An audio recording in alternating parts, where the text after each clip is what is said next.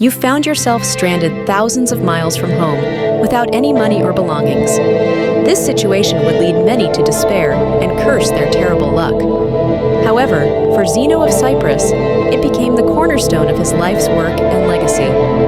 Formerly a wealthy merchant, Zeno lost everything when he was shipwrecked in Athens around 300 BCE. With little else to do, he wandered into a bookshop, where he became captivated by writings about Socrates. This led him to seek out and study with the city's prominent philosophers.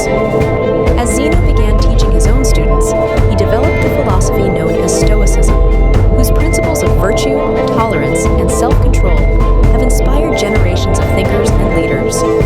The term Stoicism derives from the Stoa Poikilai, the decorated public colonnade where Zeno and his followers met for discussions.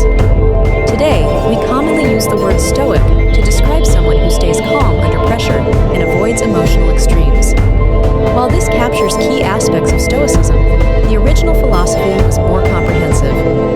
The Stoics believed that everything around us operates according to a web of cause and effect, leading to a rational structure of the universe, which they called logos. Although we may not always control the events that impact us, we can control how we respond to them. Instead of imagining an ideal society, the Stoic deals with the world as it is, while striving for self-improvement through 4 cardinal virtues. Practical wisdom is the ability to navigate complex situations logically, informed, and calmly. Temperance involves exercising self-restraint and moderation in all aspects of life. Justice means treating others fairly, even when they have wronged us. And courage is not just for extraordinary circumstances, but includes facing daily challenges with clarity and integrity. As Seneca, one of the most renowned Roman Stoics, wrote, "Sometimes even living is an act of courage." While Stoicism emphasizes personal improvement, it is not a self-centered philosophy. During a time when Roman laws regarded slaves as property, Seneca advocated for their humane treatment and emphasized our shared fundamental humanity.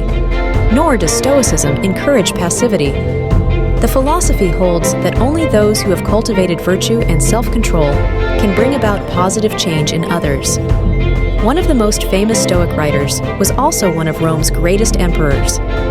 Throughout his 19-year reign, Stoicism provided Marcus Aurelius with the resolve to lead the empire through 2 major wars and cope with the loss of many of his children.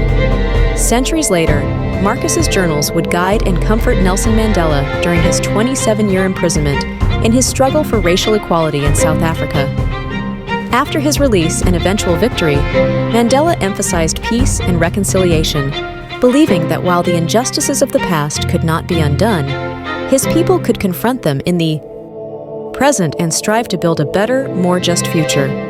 Stoicism was an active school of philosophy for several centuries in Greece and Rome. As a formal institution, it eventually faded, but its influence has persisted to this day.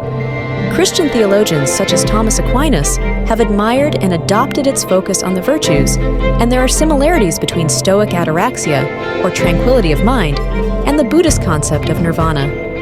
One particularly influential Stoic was the philosopher Epictetus, who wrote that suffering stems not from the events in our lives, but from our judgments about them.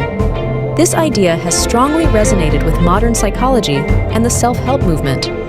For example, rational emotive behavioral therapy focuses on changing the self-defeating attitudes people form about their life circumstances.